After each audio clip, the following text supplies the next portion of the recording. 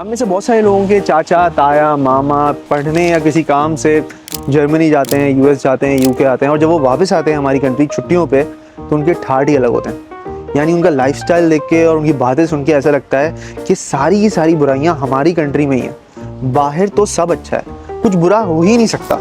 और इसी वजह से हमारे दिमाग में भी एक इमेज बन जाता है, image of a perfect life, जो जब ही अचीव होगा जब हम बाहर जाएंगे।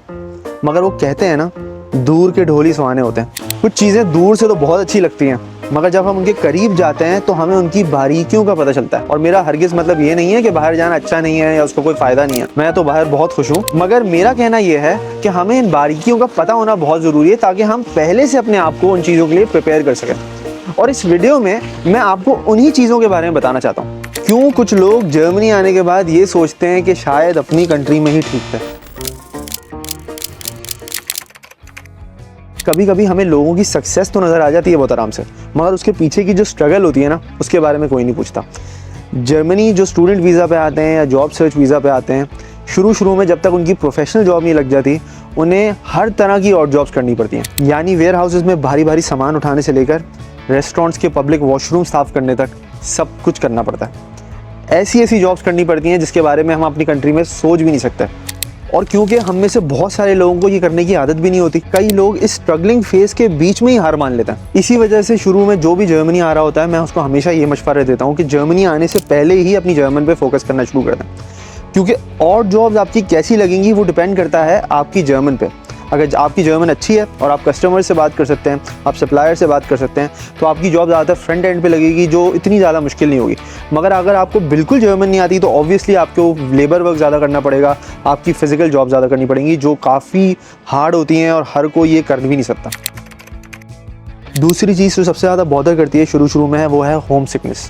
जब आप इतनी टफ जॉब करके घर वापस आते हैं तो घर पूरा खाली होता है, कोई बात करने वाला नहीं, कोई दिल का हाल सुनने वाला नहीं। ये चीज़ हम साउथ एशियंस को ज़्यादा बॉदर करती है क्योंकि हम नॉर्मली अपनी फैमिली के साथ ही रहते हैं। मगर यहाँ पे आके अगर घर में खाना नहीं है तो खाना भी खुद ही बनाना है, कपड़े नहीं धुले हुए तो वो भी खुद करने हैं, क्योंकि अगर आप ये नहीं करेंगे तो फिर भूखे ही सोएंगे, कोई पूछने वाला नहीं है। और अगर हम ऐसे इंसान की सिचुएशन को समझें जो इतना स्ट्रेस में है, इतनी डिफ़िकल्ट लाइफ गुजार रहा है, प्रोफेशनल जॉब्स के लिए अप्लाई भी कर रहा है मगर रिप्लाई नहीं आ रहे, घर जाता है वहाँ पे भी अकेला है, कोई दिलासा देने वाला नहीं है, इंसान डिप्रेशन तक में जा सकता है। और इसी वजह से मैं हमेशा मशवरा ये देता हूँ कि जर्मनी आने के बाद अच्छे दोस्त बनाएं, ऐसे दोस्त जो आपको मोटिवेट करें, आपको आगे बढ़ाएं, आपकी हेल्प करें। और मैं जानता हूँ शुरू में ये थोड़ा मुश्किल होता है एक नए मुल्क में आके, और वो भी एक जर्मनी जैसे मुल्क में आके जहाँ वैसे ही लोग काफ़ी प्राइवेट होते हैं, मगर उसके लिए आपको थोड़ा सा कंफर्ट जोन से बाहर जाना पड़ेगा। यानी लैंग्वेज क्लासेस ज्वाइन करें, जिम ज्वाइन करें, थोड़ा बाहर जाया करें, लोगों से बात किया करें, इससे ही आपके अच्छे दोस्त बनेंगे। और ये बात याद रखें कि सिर्फ दोस्त बनाना ज़रूरी नहीं है, अच्छे दोस्त बनाना बहुत ज़रूरी है। जो तीसरी चीज़ सबसे ज़्यादा हमें हर्ट करेगी वो जब होगी जब हम अपने सैलरी स्लिप में टैक्स कटता हुआ देखेंगे। जर्मनी में टैक्स बहुत ज़्यादा कटता है और ऑब्वियसली इसके काफ़ी बेनिफिट्स होते हैं, मगर हर किसी को ये चीज़ शुरू में नज़र नहीं आती, बाद में ऑब्वियसली नज़र आती है, मगर शुरू में ये चीज़ काफ़ी बॉदर करती है। उसके ऊपर एक्सपेंसिव भी बहुत है, यानी यूरोज़ में कमा रहे हो तो यूरोज़ में ही पे भी करना है। इसके ऊपर जो मैं एक और चीज़ बहुत ज़्यादा नोट करता हूँ, स्पेशली जो न्यू कमर्स करते हैं, वो ये है कि वो दूसरों को देख के, वो लोग जो ऑलरेडी बहुत सालों से जर्मनी में हैं, जॉब कर रहे हैं, अपनी ज़िंदगी उनकी तरह बनाने की कोशिश करते हैं। यानी एक बहुत ज़बरदस्त अपार्टमेंट ले लेंगे, आईफोन ले लेंगे इंस्टॉलमेंट्स में, नई चीज़ें ले लेंगे इंस्टॉलमेंट्स में। ये करने के बाद वो अपने आप को एक रैट रेस में डाल देते हैं। इसी वजह से जो न्यू कमर्स हैं, मैं हमेशा उनको ये मशवरा देता हूँ कि जर्मनी आने के बाद किसी और को फॉलो करने के बजाय, उनके एक्सपेंसेस देख के उन्हें फॉलो करने के बजाय, पहले अपने आप को अच्छी तरह सेटल कर लें, एक अच्छी अर्निंग कर लें, अच्छी सेविंग्स कर लें, उसके बाद दूसरों को कॉपी करना शुरू करें।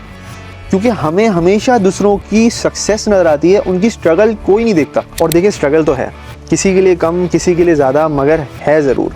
इसी वजह से जो जर्मनी आना चाहता है और मुझसे पूछता है कि क्या लाना चाहिए जर्मनी, मैं उसे सिर्फ एक चीज़ बोलता हूँ, वो है पेशेंस, क्योंकि इसकी ज़रूरत आपको बहुत पड़ने वाली है। इसी के साथ आज की वीडियो होती है ख़त्म। अगर आपको आज की वीडियो अच्छी लगी है तो प्लीज़ मेरे चैनल को सब्सक्राइब करें, मुझे इंस्टाग्राम पे ही फॉलो करें, और अगर आप मुझसे बात करना चाहते हैं तो डिस्क्रिप्शन में मैंने कैलेंडर लिंक दिया है, वहाँ पे जाके मुझसे 30 मिनट का एक सेशन बुक कर लें। आपसे मुलाकात होगी नेक्स्ट वीडियो में। जब तक के लिए, वैसे बारिश अभी भी हो रही है और हो सकता है मुझे थोड़ी देर के लिए यहाँ पर रुकना पड़े, तो बताएँ क्या चल रहा है ज़िंदगी में।